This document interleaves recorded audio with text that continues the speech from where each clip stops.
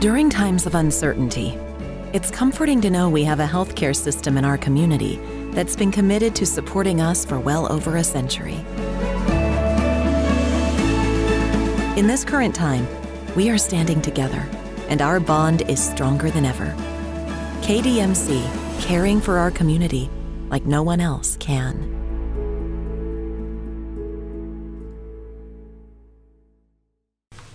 All right, so Mississippi State prep. These guys played really good the other night, as you saw. Had a chance to beat Georgia, and probably would have if Georgia wouldn't have had the new quarterback. So these guys have played really well on defense for most of the season. Give you a lot of problems. They play really hard, really good players.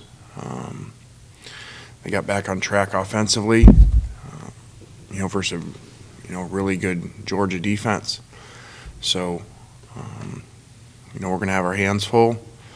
And, they kind of got turned around. Looked like they weren't playing great the few games before that, especially offensively.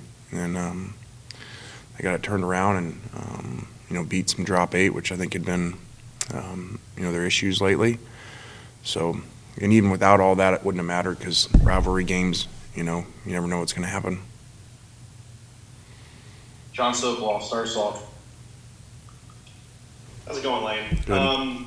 Just wanted to know kind of what you, to the extent that you knew of like the rivalry of the Egg Bowl before you got here, based on like who you talked to, what you can kind of like expect for this specific rivalry and just like your thoughts on it. Well, I'd known about it, just from watching. I think, used to be on Thanksgiving a lot, and then, my brother being here for a number of years, so knew it was always really competitive and a big deal around here, and so, it's a big deal. Go to Parrish. Lane, with Otis having set out so much of the season, what is a reasonable expectation for him to be able to contribute in the game?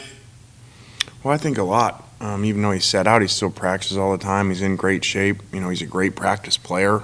So he was always preparing like he was playing. So I would anticipate him playing a lot. I know earlier in the season you were concerned about, do you rep him as a starter or not? How did you manage that for him through the season? Well, we had, once, they said, he'd lost whatever it was that, we couldn't afford to use those reps. So he's been down on service team.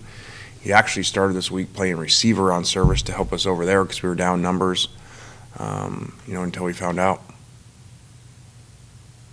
Go to Joe. Hey, how you doing, man? Joe Cook, Good. 16 WAPT in Jackson.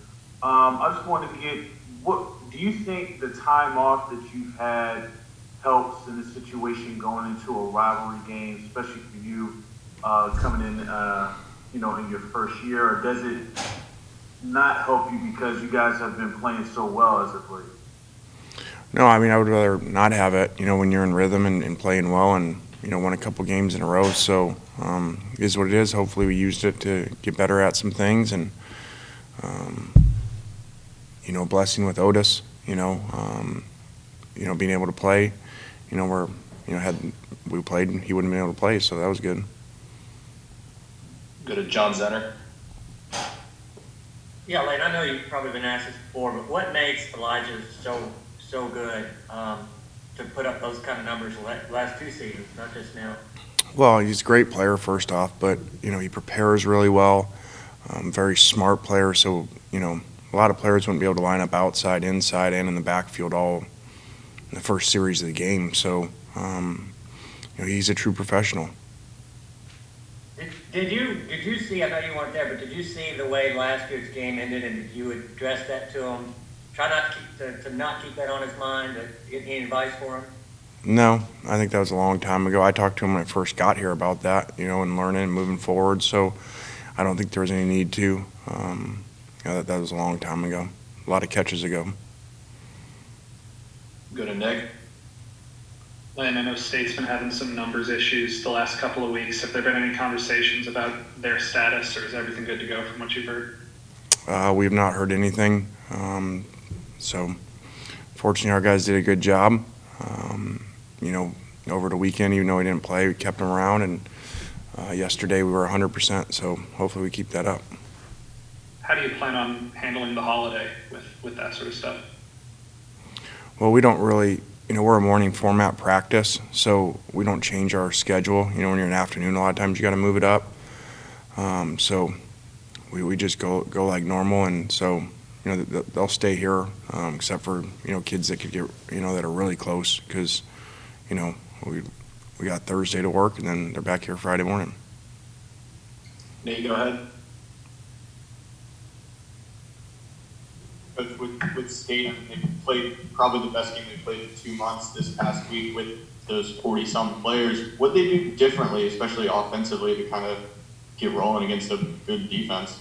Yeah, I mean, they were patient. They checked the ball down a lot. You know, Georgia copied everybody's blueprint, you know, drop 8 and keep the ball in front of them. And I think when you do that, you know, they were thinking they'd screw it up, or they'd, you know, force the ball and have some turnovers, you know, which they had at times this year. And, you know, they played a really clean game with no turnovers.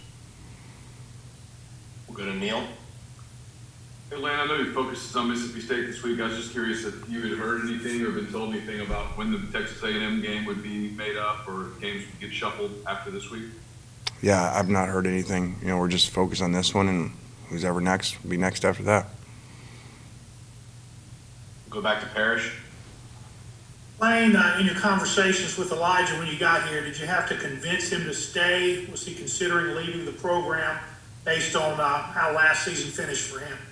I don't think so. I'd never heard anything about that. I think, you know, before we were hired, talking to Keith, there was a lot of, you know, kids saying they were leaving, whatever. But I think everybody stayed, actually. So no, I didn't. John, go ahead. Lane, you mentioned kind of the parity in rivalry games before. Based on like your experience in them, obviously in your years of coaching, what kind of added element does like a rivalry, especially one of like this magnitude of the Egg Bowl, what kind of role does that kind of play in any matchup? Well, I mean, you know, when it's in state, it's a big deal, and you know, people talk about it impacting recruiting, which it can, you know. So, and 2 new coaches, it's a big game, so we need to play really well. And then a quick follow-up I had on that too. State sitting at 2-5 on the year, and obviously you've seen some of the struggles they've had, and taking a little bit of a step forward against Georgia. Do you think they're better than a 2-5 team, better than what their record says they are based on the tape you've seen on them? Well, I think it just depends on which game you watch. You know, sometimes, you know, just like the Georgia game, they could have won that game against a really good team on the road. You know, like I said, with a new quarterback that had he not been eligible and medically cleared, you know, I think, you know, they ran the ball for 8 yards, so he made a big difference throwing for 400. Go back to Joe. Yeah, Coach, what stands out about the Mississippi State defense? Seems like they've been the strongest suit all year for MSU, really keep them in games. What kind of stands out to you when you look at them off the? Well, very unique scheme that gives you a lot of problems. Going back to San Diego State, and they play really hard, you know. So obviously they got players that play hard and coaches that are getting out of them, you know, because, you know, they play extremely violent up front. Back to Nick.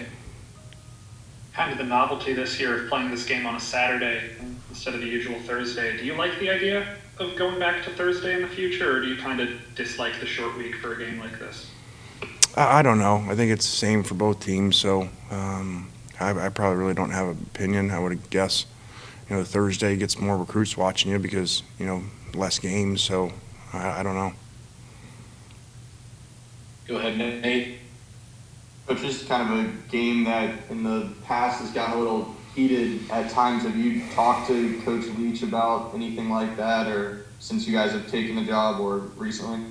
I have not. I don't think that's normally, you know, what you do. We've got to manage our teams, and we'll talk a lot to our team as we get closer to the game about, you know, playing with great composure.